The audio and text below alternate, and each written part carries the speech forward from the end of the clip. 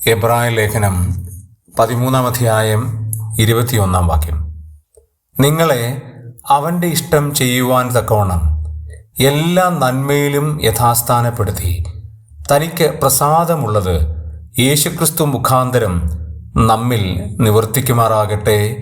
അവന് എന്നേക്കും മഹത്വം. ആമേൻ. ഈ വാക്യത്തിലെ ആദ്യ പരാമർശമാണ് നാം ഇന്ന് ചിന്തിക്കുന്നത്.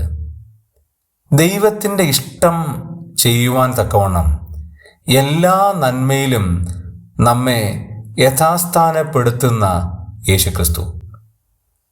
ദൈവത്തിൻ്റെ ഇഷ്ടം ചെയ്യുവാൻ നമ്മളെ രൂപാന്തരപ്പെടുത്തുന്ന, യഥാസ്ഥാനപ്പെടുത്തുന്ന ഒരു വ്യക്തി കർത്താവായ യേശുക്രിസ്തുവാണ്.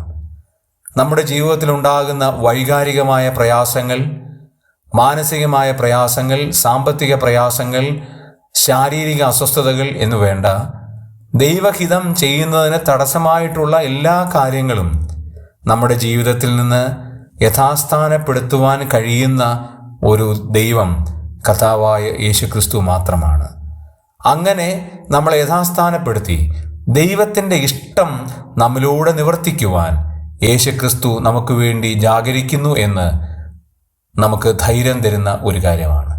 ആകയാൽ നമ്മളെ യഥാസ്ഥാനപ്പെടുത്തുന്ന ആ കർത്താവിനെ അക്ഷയമായി നമുക്ക് സ്നേഹിക്കാം.